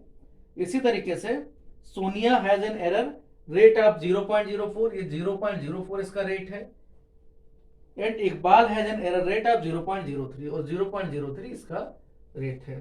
तो पता क्या करना, based on the above information answer the following. तो यहां देखो क्वेश्चन क्या है, क्वेश्चन आपका बेस्ड थ्योरम प्रोबेबिलिटी का है। तो यहां देखो किस तरीके से है कि सबसे पहले आपका क्या करना है, यहां पर आप इसको इक्विवेलेंस क्लासेस में बांटोगे, या के दो आप, हम क्या करते हैं इसको पहले 3 इवेंट में बांट देते हैं। कौन कौन से, यहाँ विनय वी मान लेते हैं, एस मान लेते हैं, इकबाल ले लेते हैं। इनकी अपनी प्रॉपर्टीज कितनी, प्रोबेबिलिटी कितनी 50/100, विनय के 50/100, इसकी कितनी है, सोनिया के 20/100, और इसका है 30/100, ये दिया हुआ है। उसके बाद में यहाँ इनका दे रखा है 0.06 प्रोबेबिलिटी दी हुई है, तो आपका एक तरीके से प्रोबेबिलिटी ऑफ बी कहते हैं, हम इधर लिख देते हैं, प्रोबेबिलिटी ऑफ बी दे रखा है 50/100। इसी तरीके से प्रोबेबिलिटी ऑफ एस दे रखा है सोनिया का, प्रोबेबिलिटी ऑफ इकबाल का, ये सब प्रॉपर्टी दे रखा है। ये क्या है, यहाँ पर ये प्रोबेबिलिटी ऑफ फाइनल इवेंट जो भी हुआ है, मीन एरर आना, ई मतलब एरर आना, जो ई है वो उसको एरर को मान लिया रखा है, एरर को इवेंट मान रखा है। तो ई बाई विनय, यहाँ प्रोबेबिलिटी आपका एरर बाई सोनिया, ये आपको दे रखा है 0.04 है। इसी तरीके से 0.03 है प्रोबेबिलिटी आप एरर लाना, किसके द्वारा, किसके, बाई इकबाल, ये आपका 0.03 है, ये सब दे रखा है। तो बेस थ्योरम का सीधा क्वेश्चन अगर सीधे पूछा जाता, सीधा ना पूछकर हमसे कुछ जो है इसमें घुमा फिरा के, मतलब बहुत सारी इंफॉर्मेशन पूछ रखी है। फर्स्ट पार्ट कहा गया है कि ये बताओ कि the conditional probability that an error is committed in processing given that Sonia process the form is. तो कहा गया है कि आपको ये पता करना है कि an error is committed in processing given that Sonia, means E by S पूछा गया है। तो ई बाई एस क्या आ जाएगा यहाँ पर, ऑप्शन फर्स्ट वाला, फर्स्ट पूछा गया प्रोबेबिलिटी ऑफ ई और एस, यही सिर्फ अकेले पूछा गया है। तो यहाँ आंसर क्या आ जाएगा, 0.04 दिया हुआ है। तो इसका मतलब कौन सा ऑप्शन सही है, यहाँ पर बी ऑप्शन सही है। तो फर्स्ट वाले का बी ऑप्शन सही है।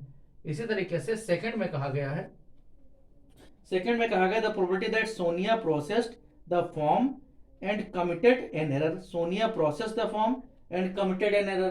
तो Sonia form and committed the error, तो कितना आ जाएगा, दोनों इंटरसेक्शन आ गया, मीन्स क्या चाहिए, प्रोबेबिलिटी ऑफ सोनिया चाहिए एंड कमिटेड द एरर चाहिए, मीन्स इंटरसेक्शन एरर भी चाहिए।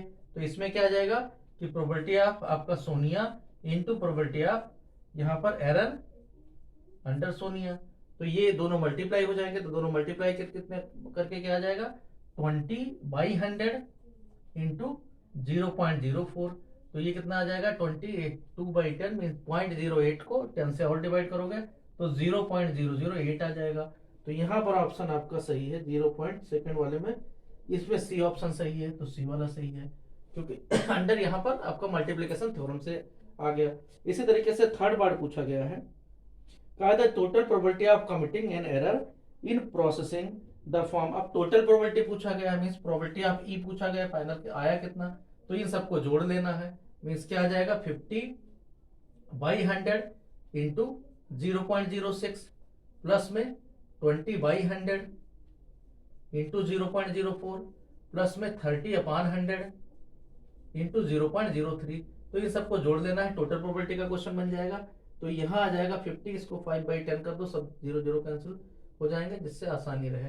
तो यहाँ आपका जोड़ के आ जाएगा 5, इसको मल्टीप्लाई करोगे तो ये आपका आ गया 0.3, ऊपर ही लिख देते हैं हम मल्टीप्लाई करके, क्या आ जाएगा यहाँ पर कि 5.06, तो यहाँ आ जाएगा 0.3, इसी तरीके से ये आ जाएगा 0.08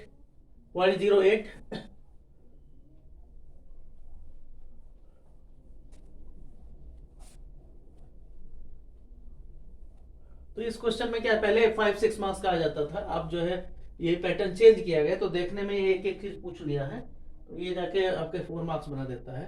तो यहाँ क्या आएगा, इसको 5 इंटू इसको मल्टीप्लाई करोगे इससे, या सीधा कर दो 5/10 ही कर दो, या नहीं 10 से आसानी रहती है। तो 5.06 कितना आ जाएगा, 5.06 हो जाएगा 0.563, 0.3 बन जाएगा, 0.3 अपान में 10 तो 0.03 बन गया, यहाँ पर 0.03 बन जाएगा।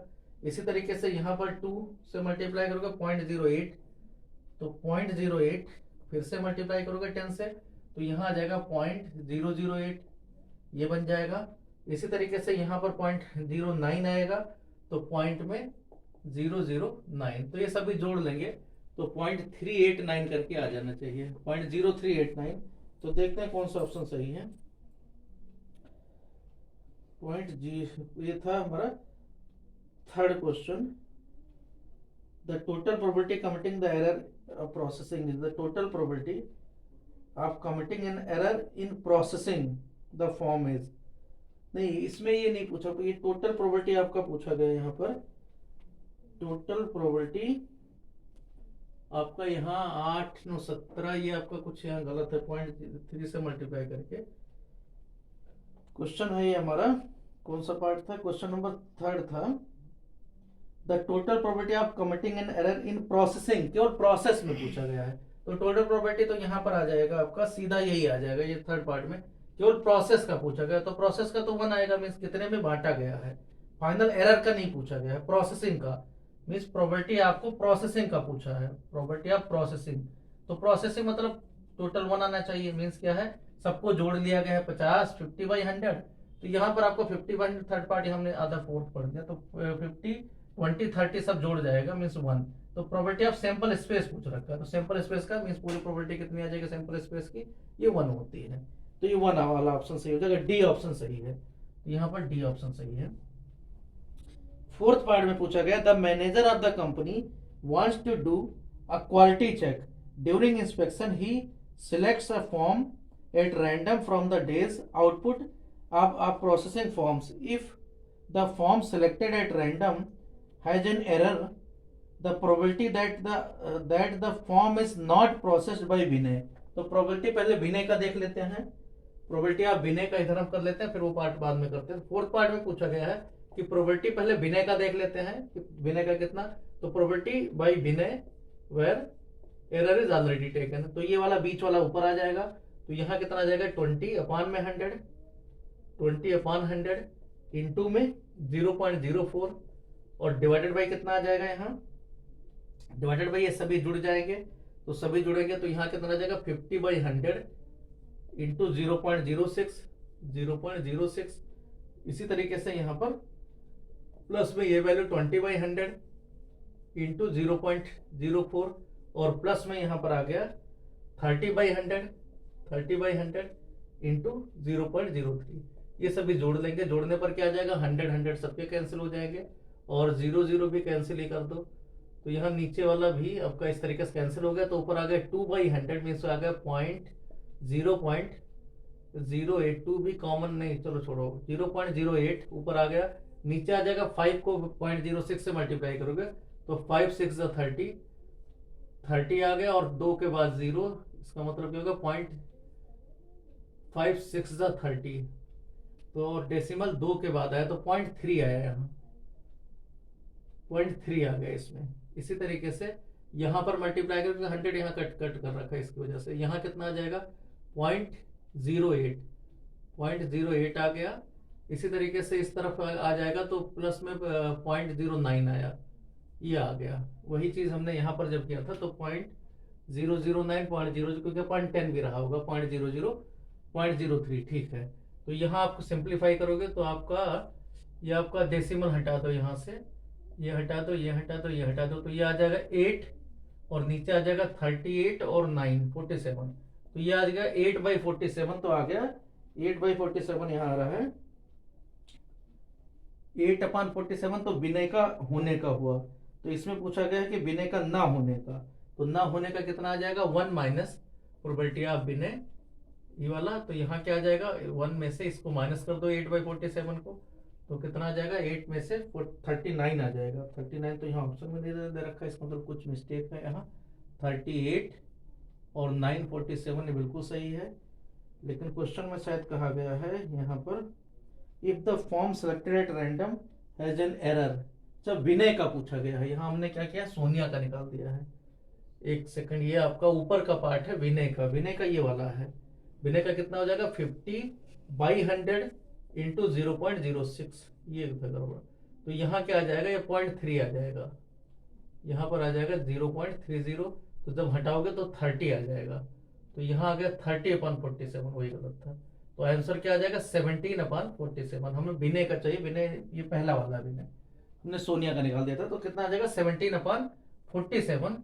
तो ये आपका आंसर आ गया यहाँ पर प्रोबेबिलिटी ऑफ नॉट वाला, प्रोबेबिलिटी नॉट, ये वाला नॉट विनय अंडर ई, ये वाले प्रोबेबिलिटी आ गया, ये चाहिए था। तो ऑप्शन यहाँ पर हमारे पास है डी वाला, शायद ऑप्शन है डी वाला है, तो डी वाला सही है। इसके बाद में जो लास्ट में पूछा गया है, लास्ट में पूछा गया है कि let A be the event of committing an error in processing the form, let E1 E2 E3 be the event that the Vinay Sonia and Iqbal process the form, find the value of sigma PEI पूछा गया है, ये value पूछा गया है। तो इनको जोड़ लेते हैं, तो इनको जोड़ेंगे तो क्या जाएगा, सबको PEI यानी नीचे वाला जोड़ा गया है, ये सभी को जोड़ दे P सिग्मा ये वाले वैल्यू। तो E बाई विनय, चाहे विनय हो या सबको जोड़ा गया है। तो यहाँ पर टोटल प्रोबेबिलिटी कितना आ जाएगा, प्रोबेबिलिटी आपका प्रोबेबिलिटी ए यहाँ फर्स्ट आ गया इतना 0.6, सबको जोड़ के जो वैल्यू आया वो कितना आ गया 0.03 0.08। तो ये आपका लास्ट वाला पार्ट है। तो यहाँ कितना आ गया फिफ्थ वाला पार्ट है, तो 0.03 सबको जोड़ेंगे तो यहाँ आ गया पॉइंट में, और 03889 17 आ गया, 1 आ गया कैरी 314 आ गया। तो ये आ जाएगा 0.047। तो यहाँ ऑप्शन में तो दे नहीं रखा है सिग्मा, क्वेश्चन में कहा गया है आपका let A be the event the committing an error in processing the form, let E1 E2 be the event, E1 be ने इसको कर रखा है। तो हमें चाहिए probability of E, sigma probability of E upon में A, ये चाहिए। तो तीनों को जोड़ना है, तो तीनों को जोड़ के तो फिर से 1 आ जाएगा, मीन्स इन तीनों को जोड़ देना है, यहाँ पर तीनों को जोड़ोगे तो 1 आ जाएगा। तो ये तो ऑप्शन फिफ्थ वाला सीधा सही है, फिफ्थ वाला क्या आ जाएगा 1 आंसर आ जाएगा, क्योंकि तीनों को क्वेश्चन में पूछा गया ये वैल्यू चाहिए। Sigma probability of E1 E2 means in सबको जोड़ देना है, मीन्स विनय को EI और A इज कमिटेड, तो ये सारी चीजें जोड़ देनी है। तो सबको जब जोड़ोगे जो वैल्यू है, जैसे यहाँ एक वैल्यू हमने जोड़ा है, यहाँ सभी को जोड़ देना है, तो क्या आ जाएगा यहाँ पर, नहीं E1 E2 इन्होंने विनय इसको माना, मतलब प्रोबेबिलिटी ऑफ यहाँ इस तरीके से चाहिए हमें 3। तो ये आपका इस तरीके से प्रोबेबिलिटी ऑफ विनय वेर ए इन्होंने इवेंट फाइनल को माना ये, प्लस में प्रोबेबिलिटी ऑफ सोनिया और इवेंट को ए मानना है, प्लस में प्रोबेबिलिटी ऑफ, तीनों को जोड़ देना, प्रोबेबिलिटी ऑफ कितना, तीसरा नाम है इकबाल अंडर ये कहा गया है। तो इन सबको जब जोड़ोगे तो आपका यहाँ पर देखो 0.30, यहाँ 0.08 सब जुड़ जाएगा तो ऊपर भी 47 ही आ जाएगा। तो यहाँ क्या आ गया कि 47/41 आ जाएगा। तो ये लास्ट वाला ऑप्शन आपका बी वाला 1 है। और एक आपका जो क्वेश्चन था वो सेकंड थर्ड पार्ट हमने the total probability of committing an error in processing, तो थर्ड पार्ट में हमने ये आंसर 1 नहीं है, ये वाला यहाँ पे रखा है। इसमें कितना आ जाएगा 0.047 आ जाएगा, क्योंकि ये प्रोसेसिंग नहीं टोटल पूछा गया है। प्रोबेबिलिटी ऑफ एरर दे रखा है, प्रोबेबिलिटी ऑफ एरर आपका 0.07 है। थर्ड पार्ट में कहा गया था the total probability of committing an error in processing, ये committed an error in processing है। तो फिर से देख लो इसको, फर्स्ट पार्ट में कहा गया है कि प्रोबेबिलिटी ऑफ ई सोनिया का, उसके बाद में सेकंड पार्ट में कहा गया है सोनिया और इनका दोनों का इंटरसेक्शन, थर्ड पार्ट में कहा गया है कि प्रोबेबिलिटी ऑफ कमिटिंग एरर। तो ये हम जो थर्ड पार्ट यहाँ कर रहे थे ये सही कर रहे थे, यही वैल्यू था, ये थर्ड पार्ट ही है, यहाँ पर थर्ड ये लिखा था तो उल्टा पुल्टा लिखा हुआ है क्वेश्चंस में, क्योंकि प्रिंटेड नहीं है हमारा अपने हाथ का लिखा हुआ है, तो उसमें कुछ मिस्टेक्स, 2 क्वेश्चन कॉमन हो गए थे। चलो एक हो गया क्वेश्चन। इसके बाद देखते हैं पार्ट बी। पार्ट बी में आपको पता है कि 56 मार्क्स हैं और इसमें सारे क्वेश्चंस करने जैसे हम पहले करते थे, तो इनको एक एक करके करते हैं। क्वेश्चन नंबर 19, क्वेश्चन नंबर 19 देखते हैं। क्वेश्चन नंबर 19, क्वेश्चन नंबर 19 में कहा गया express tan inverse cos x upon 1 minus sine x। तो ये सभी वैल्यू हैं और x का वैल्यू दे रखा है -3/2 2 π/2। इस बार क्वाड्रेंट थोड़ा हटा रखा है, तो ये थोड़ा सा चेंज है, बाकी तो वही है। तो देखते हैं इसको।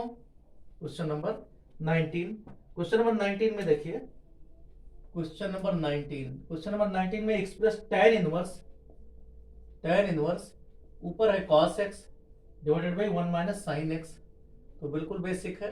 यहां पर कहा गया x बिलोंग टू द -3π/2 2 π/2, तो ये कोई बहुत बड़ी बात नहीं होती, -3π/2 ये होता है, यहाँ -3π, क्योंकि उल्टा चलते हैं, मीन्स ये आपका यहाँ से चलेंगे -π/2 -π -3π/2 यहाँ हो गया, और ये π/2 तक दे ही रखा है, मीन्स ये वैल्यू तो पूरा आ गया -3, इसमें पूरा क्वाड्रेंट ही आ जाता है। यहाँ केवल ध्यान देना होता है वैल्यू में बस।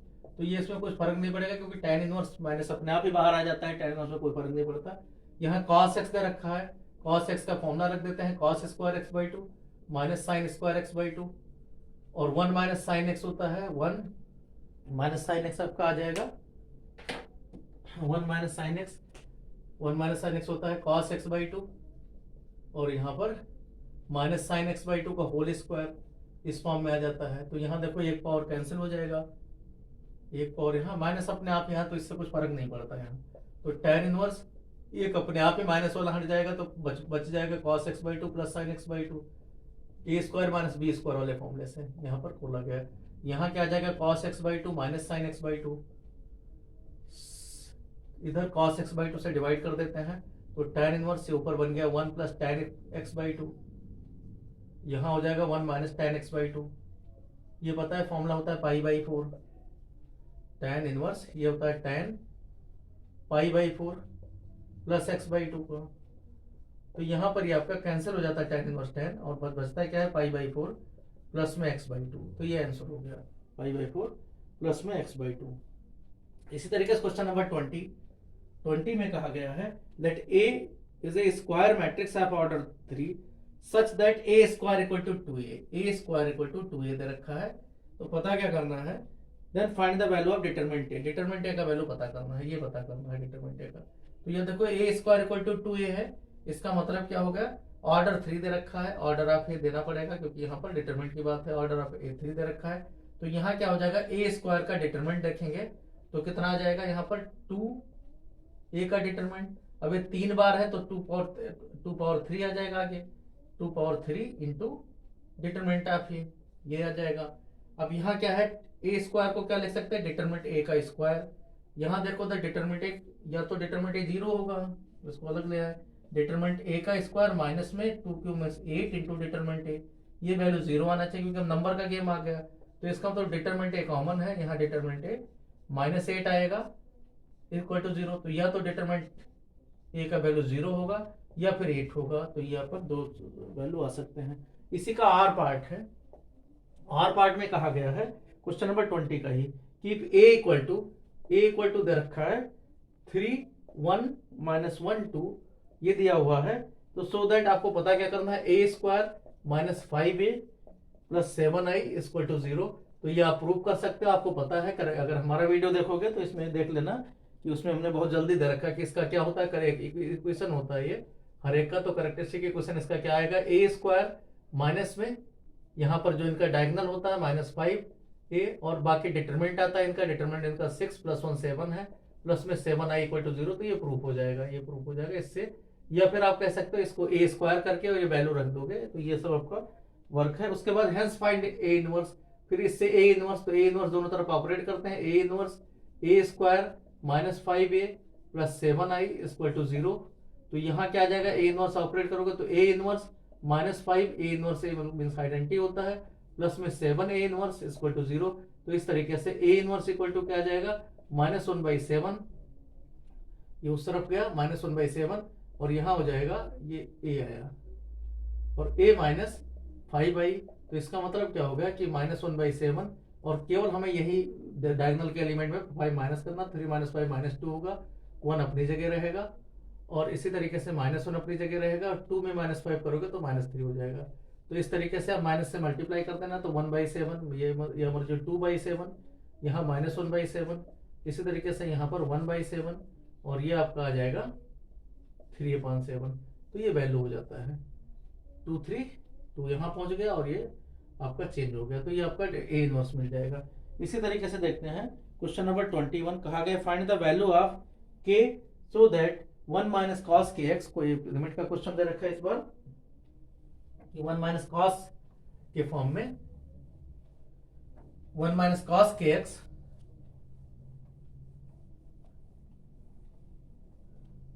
क्वेश्चन नंबर 21 में कहा गया है कि find the value of K so that the following equations is continuous at x equal to 0। fx equal to दे रखा है 1 minus cos K X divided by यहाँ x साइन x और दूसरा दे रखा है 1/2, ये दे रखा है x is not equal to 0 पर और यहाँ if x इक्वल टू 0। तो ये 1/2 वैल्यू दे रखा है, हम इसको इसका लिमिट पता कर लेंगे। तो limit x tending to 0 1 minus cos K X divided by x sine x। तो 1 माइनस कॉस थीटा होता है 2 साइन स्क्वायर थीटा। तो यहाँ क्या आ जाएगा, इसका मतलब लिमिट x टेंडिंग टू 0, यहाँ क्या आ जाएगा 2 कॉस 2 साइन स्क्वायर के एक्स अपॉन 2 डिवाइडेड बाई यहाँ क्या आ जाएगा x साइन x, इस फॉर्म में आ गया। तो अब देखो इसमें 2 बाहर आ गया और हम लिमिट x टेंडिंग टू 0 ये साथ में लगा के रखो। यहाँ है साइन स्क्वायर के एक्स अपॉन में 2, नीचे भी के एक्स बाई 2 का होल स्क्वायर करना पड़ेगा जिससे वैल्यू 1 आ जाए। 2 हमने निकाल ही लिया है, नीचे x ये ऊपर कर दो के स्क्वायर एक्स स्क्वायर अपॉन में 4 और यहाँ क्या आ जाएगा x साइन x अपनी जगह पर है। तो देखो 4 आपका 2/4 इधर आ गया, 2/4 मीन्स 1/2 इस तरफ आ गया। लिमिट एक्सटेंडिंग टू 0, एक तो ये आपका आ गया साइन के एक्स अपॉन 2 डिवाइडेड बाई के एक्स बाई 2, ये आपका सीधा साइन थीटा बाई थीटा का होल स्क्वायर का फॉर्म आ गया। यहाँ आपका एक x कैंसिल हो जाएगा, इधर आ गया x अपॉन साइन x और साथ में इधर के स्क्वायर आ गया। तो ये आपका के स्क्वायर बाई 2 मिल गया, क्योंकि इससे वैल्यू 1 है। तो के स्क्वायर बाई 2 और एक इसके इक्वल है 1/2 के, तो के स्क्वायर अपॉन 2 इक्वल टू 1/2। तो इसका मतलब के का वैल्यू क्या आ गया, +-1 आ गया। तो यहाँ पर के का वैल्यू पूछा गया था 21 में। 21 के बाद क्वेश्चन नंबर 22 में देखते हैं कि find the equation of the normal to the curve. कहा गया है नॉर्मल टू द कर्व और कर्व दे रखा है 22 में y equal to x plus 1 upon x, y equal to x plus 1 upon x दे रखा है। तो अब देखो डिवाइड बाई dx क्या आ जाएगा, यहाँ डिवाइड बाई dx देखें तो क्या आ जाएगा 1 माइनस 1/x स्क्वायर। तो इसको जब 0 रखेंगे तो x square minus 1 equal to 0 रखा जाएगा। तो इसका मतलब क्या होगा, x का वैल्यू +-1, लेकिन क्वेश्चन में कहा गया x is greater than 0, x equal to 1, ये दे रखा है x इज ग्रेटर देन 0। तो अब पता क्या करना, नॉर्मल का भी क्वेश्चन चाहिए। अच्छा, और नॉर्मल क्या होना है, नॉर्मल कहा गया perpendicular to the line. Normal साथ में ये भी साथ में है कि normal perpendicular to line, perpendicular to एक लाइन दे रखी है उसके परपेंडिकुलर है। लाइन क्या है 3x minus 4y equal to 7 इसके परपेंडिकुलर है। तो जब नॉर्मल परपेंडिकुलर है तो इसका मतलब इसका नॉर्मल का स्लोप क्या आ जाएगा, तो नॉर्मल का स्लोप देखेंगे तो क्या आ जाएगा, इसका परपेंडिकुलर है तो इसका स्लोप होता आएगा 3/4।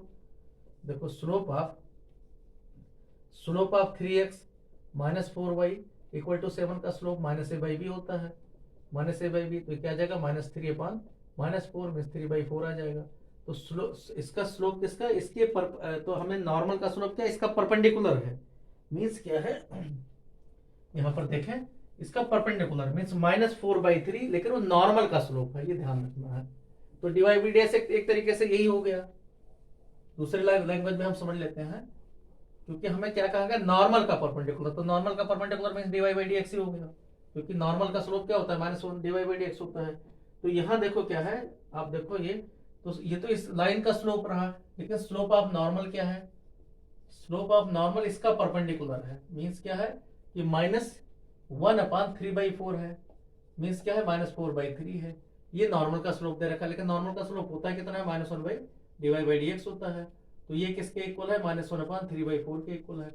तो सिंपल सी बात है कि dy/dx जो आपका आया है वो किसके 3/4 के इक्वल। पॉइंट हमने जनरल पॉइंट ही ले रखा है, dy/dx आपका क्या आया है 1-1/x² आया है, तो ये 3/4 के इक्वल है। तो सिंप्लीफाई किया गया तो 1 - 3/4 1/x² के इक्वल है। तो यहाँ क्या आ गया 1/4 इसके इक्वल है 1/x² के, तो इसका मतलब x का वैल्यू +-2 आएगा, लेकिन यहाँ हमें -2 लेना नहीं, x > 0 दे रखा है, तो x का वैल्यू क्या आ गया 2। अब x का वैल्यू 2 आ गया, हाँ x का वैल्यू 2 आ गया तो y रख दोगे यहाँ पर, y का वैल्यू मिल जाएगा। तो this implies that y equal to क्या आ जाएगा 2 + 1/2, जो कि क्वेश्चन दे रखा है इसी के फर्स्ट वाले से, 2 + 1/2, तो 2 + 2 मींस 5/2 आ जाएगा। तो y का वैल्यू आ गया 5/2 और यहाँ x का वैल्यू आपके पास है 2। तो इसका मतलब नॉर्मल हमें किस पॉइंट पर चाहिए, नॉर्मल चाहिए 8 किस पर 215/2 पर चाहिए। तो ये क्वेश्चन क्या आ जाएगा y - 5/2 y - y1। स्लोप कौन सा लिया जाएगा, यहाँ पर स्लोप ऑफ नॉर्मल क्या है -4/3 है, तो -4/3 और यहाँ हो जाएगा x - 2, इसी को सिंप्लीफाई करके नॉर्मल का ये क्वेश्चन मिल जाएगा। क्वेश्चन नंबर 22 के बाद में क्वेश्चन नंबर 23 है। 23 में कहा गया है, क्वेश्चन नंबर 23 में है क्वेश्चन की integral find integral 1/cos² x 1/cos² x into 1 - tan square 1 - tan x का होल स्क्वायर, ये दे रखा है dx। तो देखो यहाँ ऊपर गया sec² x बन गया, सिंपल सा इंटीग्रल है, sec² x बन गया, नीचे आपका 1 - tan x सही है। तो जैसे 1 - tan x को टी पुट करोगे, पुट 1 - tan x = t, जैसे आप टी पुट करोगे तो ये आपका क्या मिल जाएगा, यहाँ माइनस tan x का differentiation -sec² x dx = dt। तो आपका sec² dx ये आसानी से -dt बन जाएगा। तो यहाँ आपका जो फॉर्म बन जाएगा वो माइनस बाहर ले मर्जी हो, sec² ऊपर x है ही है, यहाँ से हम ले लेते हैं, तो 1/-1/t² dt। तो अब इसका क्या होता है -1/t, माइनस मतलब प्लस हो गया, +1/t, प्लस में कांस्टेंट ऑफ इंटीग्रल प्लस यहाँ हटा देते हैं, 1/t का मतलब 1 - tan x, तो 1 - tan x और प्लस में कांस्टेंट ऑफ इंटीग्रल, तो ये आंसर हो जाएगा। इसी तरीके से इसका आर पार्ट भी है, कहा गया x, इसका आर पार्ट भी है, क्वेश्चन नंबर 23 का आर पार्ट भी है कि इंटीग्रल आपसे पूछा गया x और 1 में बुक का ही क्वेश्चन है 1 - x का पावर n dx और लिमिट यहाँ दे रखा है 0 to 1। तो अब देखो इधर 1 - x को पुट कर देते हैं क्वेश्चन में, 1 - x को टी पुट कर देते हैं, जिससे आपका ये 1 - x जो बड़ा पावर है वो कम हो जाए, छोटे में कन्वर्ट हो जाए, और उसके बाद आसानी से क्वेश्चन ये हो जाता है। यहाँ यही करते हैं आर वाले पार्ट में, क्या करेंगे यहाँ पुट इधर लिख देते हैं, पुट 1 - x = t पुट कर देते हैं, तो इससे क्या होगा dx = -dt, ये सिर्फ चेंज होता है, लिमिट में उलट जाएगा, क्योंकि 1 - 1 लिमिट आपका क्या आ जाएगा, लिमिट आपका आ जाएगा 1 to 0 आ जाएगा, 1 to 0। तो यहाँ पर क्या आ जाएगा, आपका जो इंटीग्रल है वो चेंज होके आ जाएगा 1 to 0, और यहाँ x की जगह आपका x का वैल्यू 1 - t बन जाएगा, और ये वैल्यू बन जाएगा 1 - t, और इस तरफ आ जाएगा t to the power n, और यहाँ -dt आ जाएगा। -dt से चेंज करोगे फिर से आपका लिमिट वही बना दो 0 to 1, और t पावर n से मल्टीप्लाई करोगे t power n - t power n + 1, ये आपका बन जाएगा dt, और ये बिल्कुल सिंपल t पावर n + 1, और यहाँ हो जाएगा डिवाइडेड बाय n + 1, यहाँ हो जाएगा माइनस में t to the power n plus 2 ये बढ़ जाएगा divided by n plus 2। Limit आपको 0 to 1 लगा देना है, तो यहाँ 1 लगाओगे 0 पर तो 0 हो जाएगा, तो 1 अपान n प्लस 1 माइनस में 1 अपान n प्लस 2। एलसीएम इनका यही आ गया n प्लस 1 n प्लस 2 और एक दोनों लगातार नंबर है तो 1 आ गया। तो ये आंसर हो जाएगा क्वेश्चन नंबर 23 के बाद में क्वेश्चन नंबर 24। ऑप्शंस बहुत है इसलिए डबल मेहनत करनी पड़ रही है। क्वेश्चन नंबर 24 में कहा गया find the area of the region bounded by the parabola y square equal to 8x।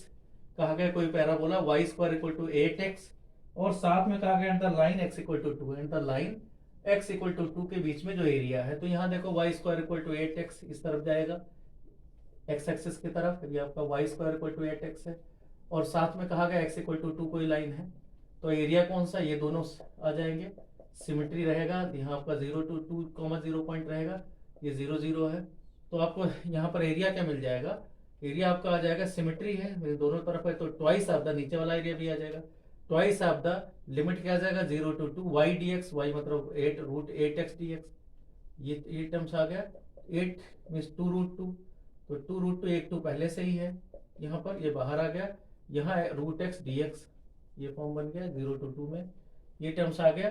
तो यहाँ आपका 4 रूट 2 और यहाँ अगर रूट x का करोगे तो x पावर 3/2 डिवाइडेड बाई 3/2 में सीधा मल्टीप्लाई कर दो 3/2 डिवाइडेड बाई, या फिर आप लिमिट 0 to 2 है, इसको इधर ले आओ तो 4 2 8, 8 अपान 3 रूट 2, लिमिट क्या है यहाँ वैल्यू 0 to 2 लगाओगे, तो जब 2 लगाओगे तो 2 पावर 3/2 में 2 रूट 2 आ जाएगा ये वैल्यू, और ये 0 माइनस 0 रहेगा, तो 2 रूट 2 का मतलब होगा 16 और 2 32 अपान 3, स्क्वायर यूनिट लगाना मत भूलना, स्क्वायर यूनिट या यूनिट स्क्वायर। ये था क्वेश्चन नंबर 24। क्वेश्चन नंबर 25 में कहा गया सॉल्व द डिफरेंशियल इक्वेशन। एक डिफरेंशियल इक्वेशन का पर्टिकुलर सॉल्यूशन दे रखा है और डिफरेंशियल इक्वेशन है dy by dx। Question number 26 है, ये 25 है। क्वेश्चन नंबर 25 में कहा गया है solve the differential equation dy by dx।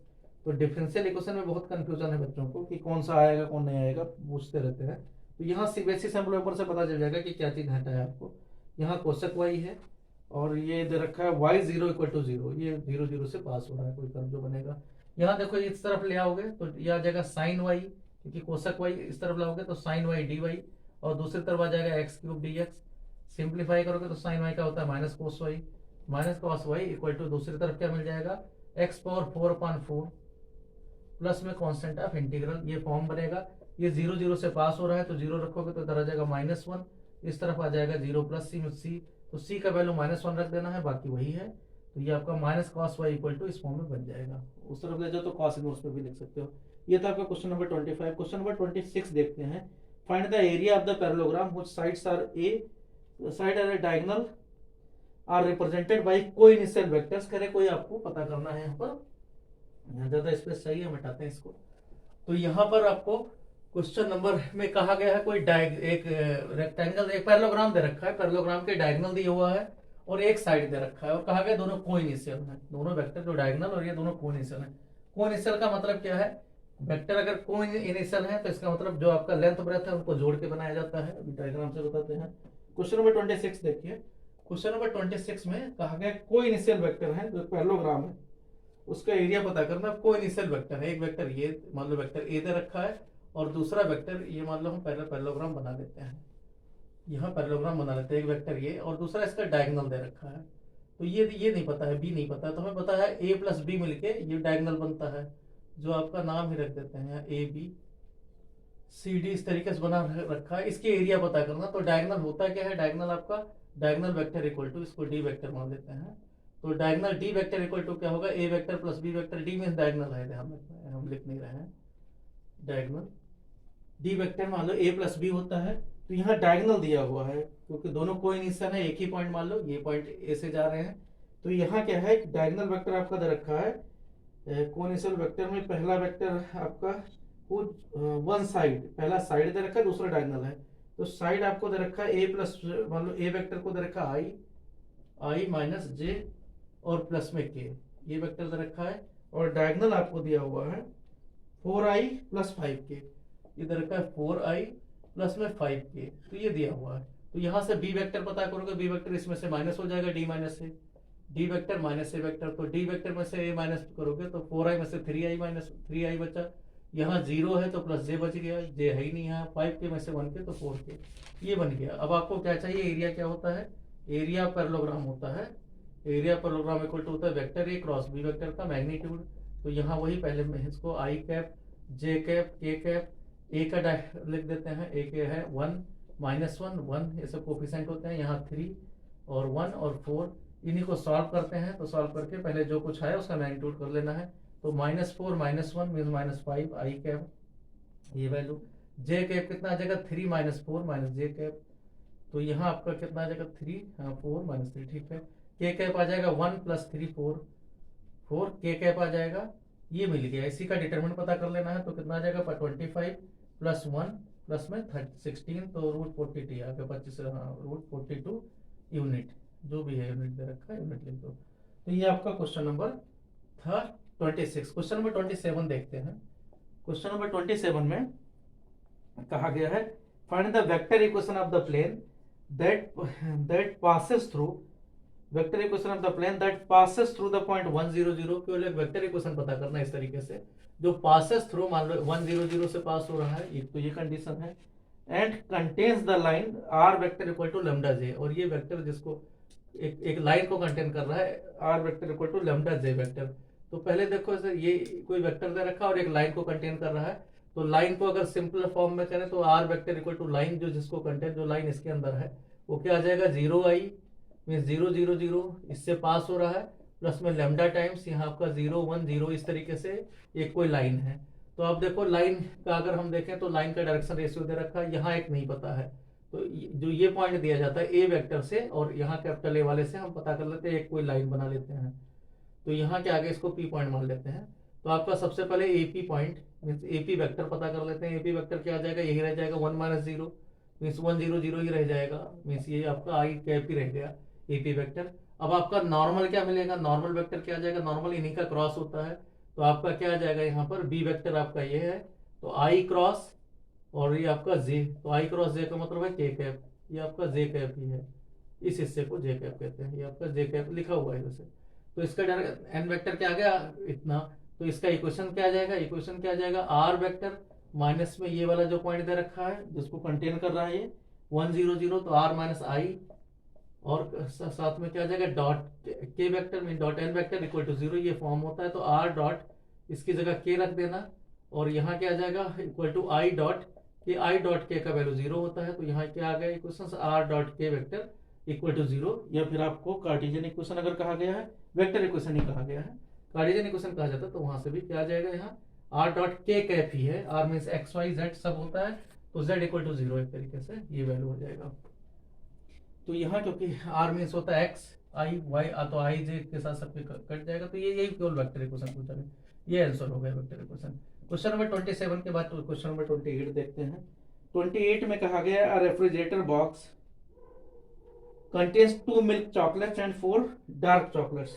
कोई बॉक्स है, रेफ्रिजरेटर बॉक्स है, उसमें क्या है 2 मिल्क चॉकलेट्स हैं, 2 मिल्क चॉकलेट्स हैं, और प्लस में 4 आपके डार्क चॉकलेट्स हैं, काले वाले, इस तरीके से चॉकलेट दे रखा है।